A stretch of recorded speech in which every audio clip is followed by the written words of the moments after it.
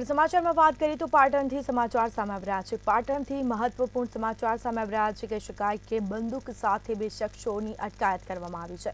બે બંદૂક સાથે 3 જેટલા શખ્સો ઝડપાયા, જેમાં દેશી બનાવટની બે બંદૂક કબજે કરવામાં આવી।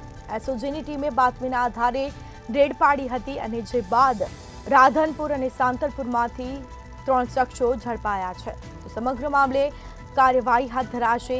એસઓજી દ્વારા 3 ઇસમ વિરુદ્ધ ગુનો દાખલ કરવામાં આવ્યો છે। સમગ્ર મામલે તપાસ હાથ ધરાશે। આ બંદૂક ક્યાંથી લાવ્યા છે તે અંગે પણ તપાસ હાથ ધરાશે, પૂછપરછ હાથ ધરાશે।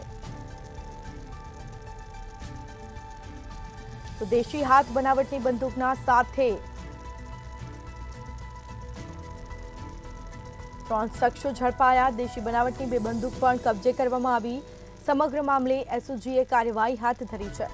તો એસઓજીની ટીમે બાતમી મળતા જ કાર્યવાહી હાથ ધરી હતી, તપાસ હાથ ધરી હતી અને બંદૂકો સાથે 3 શખ્સો પણ ઝડપાયા છે। દેશી બનાવટની બે બંદૂકો કબજે કરવામાં આવી।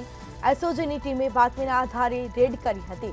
રાધનપુર અને સાંતલપુરમાંથી 3 શખ્સો ઝડપાયા છે। તો સમગ્ર મામલે કાર્યવાહી હાથ ધરાઈ છે।